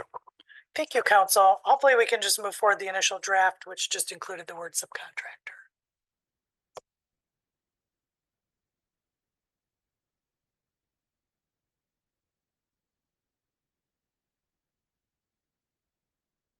Let me continue to move us into other items then as we wait public comment. So we'll take reports from officers, bodies, administrator, and controller. It's been a long evening. Happy St. Patrick's Day. I was going to share some things about being Irish, and I'm just, I'm tired of talking, so I'm going to pass that to Vice Chair. Thank you. One of the meetings that we attended was at the jail regarding water quality issue, and I think we've addressed that with a temporary solution, then hopefully a longer term solution, as well as we test the water and make sure that it's safe. But it's been a long night. I think we're getting close to Bo's bedtime. So and Dale, it's past his bedtime. Old Country Buffet closed at least 3 hours ago. With that, I That was a good one. Vice Chair Pro Tem. Thank you, Chair. It has been a long night. We have accomplished a great deal. We've got to get things moving. Parking structures one, we had a good report from Mr. Rakowitz on the fair situation. We do need to look at that and see how we can move things further ahead. I think, he's doing the best he can to put something together that meets what this board is wanted to see. And I think that's very good. Also, it's been a long week for folks. We need to pray and thank all of our folks that are abroad and at home in the military that protect us. So we need to think about all of our police and fire and ambulance folks that protect us here at home. And thank you for all the hard work for this board and basically from our central dispatch on a new radio program that's going to benefit our citizens. It's only been done in one other county in the state of Michigan at this point in time, and that's to get intercommunication or interactive communications within our radio system. So that's going to be key. Keep in mind, please, all the people that work for our citizens, and when you see them out and about, whether they're working on taking care of our buildings or plowing the streets or sidewalks, which we've had to do a little bit this winter. Thank them for their time and their hard work, and the people that clean our buildings and all of our administration and all you folks. So thank you all for your hard work and the many things that we have to do to keep this county a great place to live, work, and play. Got it in tonight. Didn't want to fail. Didn't want to fail you, Dale. Thank you, Vice Chair Pro Tem. Administrator. Thank you, Chair, Vice Chair Pro Tem, Commissioners, audience. I will read a statement that we prepared about the jail water condition and update on that. So water testing was conducted at the Kalamazoo County Jail in late February at the request of the Sheriff's Office as part of routine facility monitoring. Testing identified elevated levels of copper in certain locations within the facility. These locations were temporarily taken out of service for drinking water purposes, and bottled water is being provided to residents and staff as a precautionary measure. The facility kitchen is not utilizing bottled water. It's not utilizing building water, rather, for food preparation. County staff have been working very closely with the Health and Community Services Department, City of Kalamazoo, and public health experts to review the results and identify the cause within the facility so it can be corrected. This includes consultation with a toxicologist from the Michigan Department of Health and Human Services. Based on the levels identified in testing, the toxicologist advised that symptoms would not be expected for most individuals. However, out of an abundance of caution, the facility moved to bottled water for drinking and food preparation while the issue is being evaluated and resolved. Several steps have already been taken. The facility's water softener was repaired after testing indicated it was not functioning properly. Flushing of the building's plumbing system was completed on March 10th in coordination with the City of Kalamazoo. Additional flushing may occur after new water meters are installed as part of an ongoing system maintenance program. A second round of water sampling is scheduled for March 18th, focusing on the areas that were previously tested. These samples will help confirm water quality during normal periods of use. Results are expected within approximately 2 weeks. Until we have identified the cause of elevated copper levels, resolve the issue, and receive standard water quality results, bottled water will continue to be provided to jail residents and staff. The county will continue to monitor the situation closely and determine any additional actions based on guidance from public health experts. The safety of the well-being of individuals in the facility remains the county's top priority. So we'll continue to keep the Sheriff's Office obviously updated, and of course the Board of Commissioners on that item, as it is very important to us. Another item related to the Sheriff's Office are the police protection agreements, and that has undergone review. County administration and board leadership have been working collaboratively with the Sheriff's Office to review the cost structure associated with the police protection agreements between the Kalamazoo County Sheriff's Office and partner jurisdictions, which includes townships, cities, and school districts.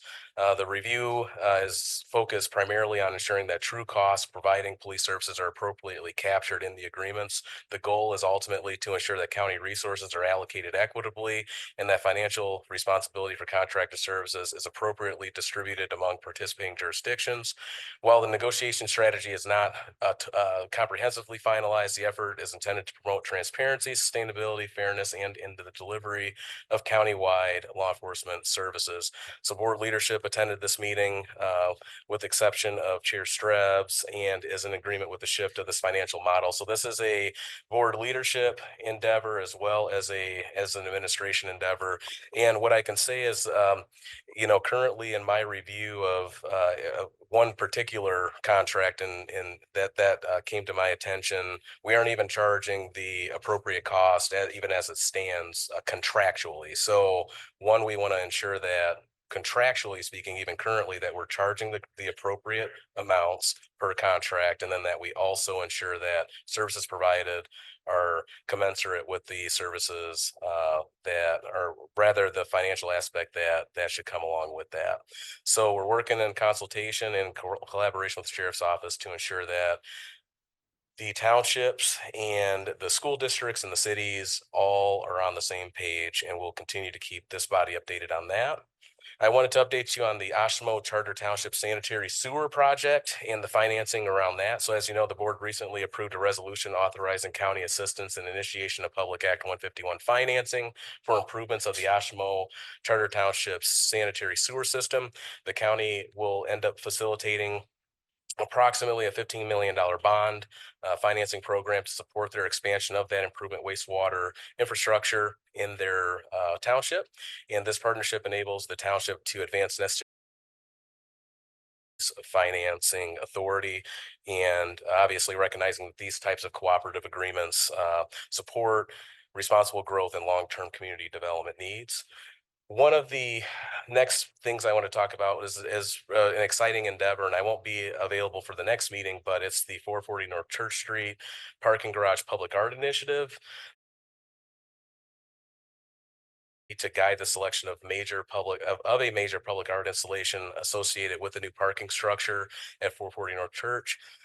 The installation will feature a primary art element on the north facade facing the north side neighborhood. Additional artistic elements will be incorporated into the flex facade panels on the east and west side of the building as well.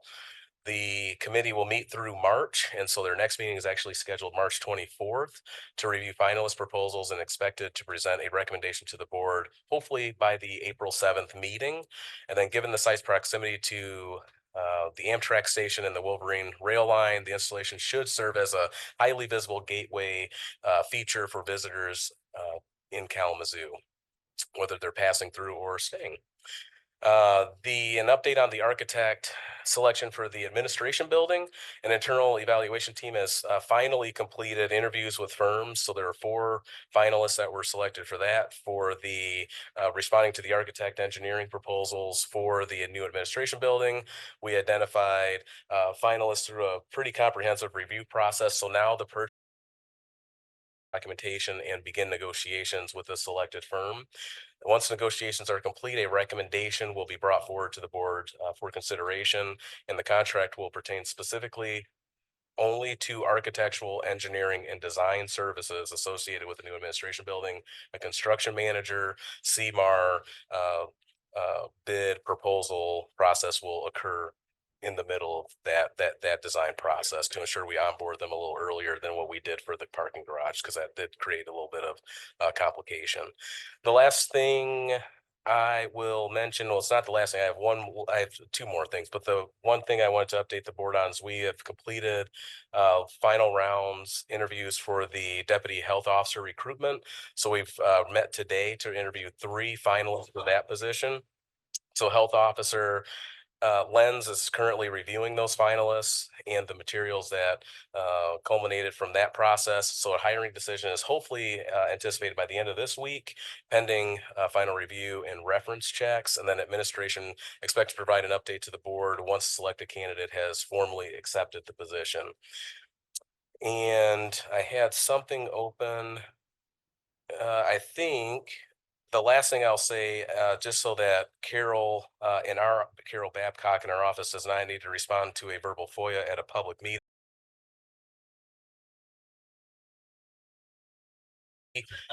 And that is all I have for you this evening. Thank you. Thank you, Administrator. So questions, Vice Chair Pro Tem. I like that. That was very good. Are we going to do a groundbreaking? Just Sherry asking for a friend. Yes, that's a great question. So we have spoken to Miller Davis. It sounds like they do have their GMP ready. So I know we'll move back to that item. Yes, if the GMP is approved tonight, obviously the contract would be signed by chair once approved to form by Corporation Council. They're tentatively scheduling it the week of April 7th, obviously, or the week of April 6th, rather, recognizing we meet on the 7th. So it'll probably occur sometime maybe the 8th, 9th, or 10th. And so they're solidifying that now. Vice Yeah, two things. One, on our employee benefits meeting, we're taking a good hard look at true costs of fringe rates. And as those change, I think that will have serious implications as we go into negotiations with deputies' contracts. We might end up getting less money, not more, but that's a whole different story. My second question, yeah, I talked with Ryan on that before. We probably bring him in before we go into negotiations with the townships. My second question has to do with the funding of the administration building. Are we going to, before we go with the construction manager plan, I understand that the architects aren't serious costs and we need to figure out with the architects what the total cost is going to be. But is there a period in between the architect RFP conclusion and when we get a construction manager where we figure out the funding strategy, what percentage is bond, what percentage are we doing cash, that sort of stuff? Absolutely, Vice Chair. So part of our plan is to hopefully onboard an architect engineer so that we can start solidifying some of those costs. But yes, Deputy Administrator Smith,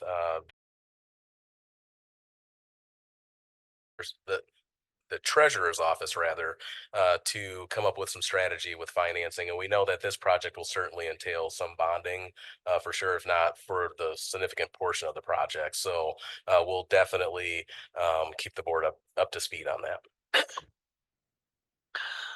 All right, we're gonna go back and at board chair discretion, we'll take back up item 2026-439, the request for approval of amendment number 1, construction manager at risk agreement with Miller Davis Company to establish the guaranteed maximum price for 440 North Church Street parking garage project. Administrator. And thank you. So to that motion, the guaranteed maximum price, and I will get confirmation once I say this, but it's $26,825,136. All right, and that is $30,252 more than the original proposal. So that was submitted. So $26,825, $136. I'm sorry, 26. Yes, thank you. Incorrect. $26,825,136. Thank you. Thank you for the clarification, Administrator. Vice Chair Pro Tem. Make a motion to support that.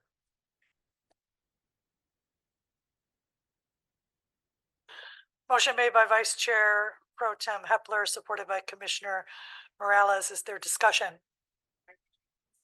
All those in favor signify by saying aye. Aye. My apologies, the calls for a roll call. Clerk, please call the roll.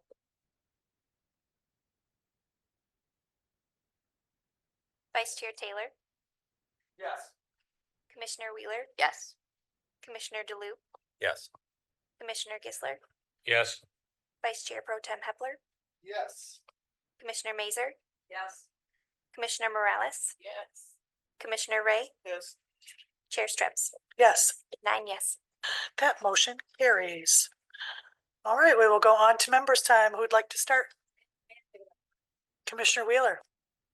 Thank you. I appreciate you letting me. I have to return to work. So I want to start off by saying on March 4th, I spent the entire day with the clerk's office. They were generous enough and gave me their time. And I learned a lot about what our clerks, not just the clerk, but also the Register of Deeds does. And they were very gracious and kind. And they have an excellent, excellent team. And Clerk Place has done some really revolutionary things for Kalamazoo County. So if you ever get the chance, I highly recommend visiting, stopping in, learning about what they do, learning about the programs and the services they offer, and just meeting the team. It's a great team of fantastic people that I feel really honored to have spent the day with. So, the other thing that I'll say is thank you to Miller Davis and to the Building Authority for all of their hard work. Our intention was never to undermine anybody. It's just this process that we have to figure out. And I'm happy to take that on my shoulders, on our shoulders, to flush this out and make this so this doesn't happen again. And that we put a policy in place that is responsible, that considers our employees here in Kalamazoo County, our companies here in Kalamazoo County, and making sure that people are getting paid a living wage and have fair labor practices. And so apologies to everybody who had to witness the chaos, but we got through it. We are going to come out on the other end stronger. So thank you for letting me go first. Absolutely. Thank you. Commissioner Morales. And thank you for your service. Couple things. I learned some things tonight. One is to really take deeper dives into, what we're voting for and understanding policies that sometimes I just get a general explanation over. So, learning curve for me. I'm happy we got through it. Thank you to the Board Authority, Miller Davis administration, and our board. Dr. Catlin took my Bifurcate, so I won't go into there, but thank you for the word of the day, council. We have to Commissioner Wheeler's point, I got reunited with the county ID board, and some good things are coming down that pipeline. One, to support even infants with some type of photo ID so that they can be identifiable. Their employees there are doing some great work and redefining their systems down there. So I was really impressed with the meeting that I just attended. And then just community-wide, it is Women's History Month. Happy Women's History Month to all my hardworking women out there. Kalamazoo Valley is hosting a Women's History Luncheon on April 2. March 25th is the deadline. We will be honoring Artrella Cone, Dr. Valerie Cunningham, Mary Gustus, and Chef Stephanie Hughes Winfrey. We also finally have the KB Circle grand opening along with the My Ace conference. That will be on March 30. We will have lunch, RSVP by March 23rd. And then to my fellow commissioners, I will be asking for some donation dollars to keep us thriving. So thank you. Thank you. Commissioner Mazer. Commissioner Gessler. Thank you, Chair. I have a few items. First, with respect to the ad hoc art committee for the north wall of the parking structure, Joel Amos has been a member of the Art Council for some time. He was overjoyed that he was invited to participate. Usually it tends to be people in the city or the cities, and he's out almost in Battle Creek. He's way out there, but he's a good guy, and he's overjoyed to be able to serve on that ad hoc committee. Excuse me. I believe this came from the Office of Emergency Management. They're going to have training for local officials of some sort, and it's including all of us and anybody else that's either elected or appointed. And they're going to do 2 sessions, one on April 1st at the Oshtemo Fire Department on 6th Street. The second one's on April 15th, tax day, at the Expo Center, and both those sessions will be from 3 o'clock to 4:30. There is going to be another training on April 18th. I don't think it's going to conflict with the other April 18th. I think you mentioned it, Montes. This is earlier in the day. I think it's 2 o'clock to 4 o'clock. It's at the Red Cross out on Venture Court. And it's a Skywarn training. We talked about that preliminarily, a while back. Now it's got, some shape to it. And it's to add in Kalamazoo County as many people that want to go out and take a look at the weather so that you can either confirm or deny what they're showing on radar scopes. They want people to actually witness what's going on. Reported hailstorm, tornado, whatever. It doesn't pay anything, but you have to do the 2 hours worth of training, and that's at the Red Cross on April 18th. The Road Commission will remove the weight restrictions next Monday at 6 a.m. So for all you farmers, that's a big deal. I can see Tammy's really excited about it. And this is maybe really important for anybody that's got one of those new radios that sets off and lets you know if the weather's getting real ugly. There's going to be tomorrow a tornado drill statewide at 1 o'clock, and I've confirmed with Office of Emergency Management those radios will activate. I think the message will come through as this is a drill or something like that, but don't be surprised if you have one of those radios that it blares at you, and all the folks cooperating. It's a voluntary drill. And so there may be some tornado sirens going off and all sorts of things. So 1 o'clock tomorrow, don't think the world's coming to an end, because it probably isn't. That's it. Thank you. Oh, I do have one last thing. I learned today, and I thought I was going to stay stupid, but I learned this early in the morning, that there's a difference between Irish bagpipes and Scotland bagpipes. The Irish bagpipes are a little more melodious and not so blaring. And I had an uncle that used to have bagpipes, but they were Scotch bagpipes, and it was not very melodious when he played them. And his definition of a gentleman, make notes here, is someone that can play the bagpipes, but doesn't. Thank you. Thank you, Commissioner Gessler. Commissioner DeLue. Commissioner Ray, do you have anything tonight? Well, it was a good meeting. We were a productive meeting, and I appreciate everybody's input. And I always appreciate the vice chair's historical knowledge of this board and this county. And he's speaking of the contracts with the sheriff's department through the county, and I know board leadership always looks out for everybody's best interest, but keep in mind, as I know it's hard, but the townships aren't rich either. So I know there's already some concerns about what they're going to be able to afford in the future. And lastly, I have to say how disappointed I am at the lack of green in this room tonight. I mean, come on. I'm Dutch, but if you get in the right light, this is a green shirt. Anyway, so that is all. Thank you. Thank you, Commissioner DeLue. Commissioner Ray. Thank you, Chair. I want to start by saying, I really appreciate how Commissioner DeLue advocates for his district. He does a really good job. And I do have things for tonight. And tell your wife I say hi. So one of the things that I kept hearing come up was some of the subcontractors and whether or not they pay a living wage. Is there a place where we can go and look that stuff up, or is that just stuff how much companies pay?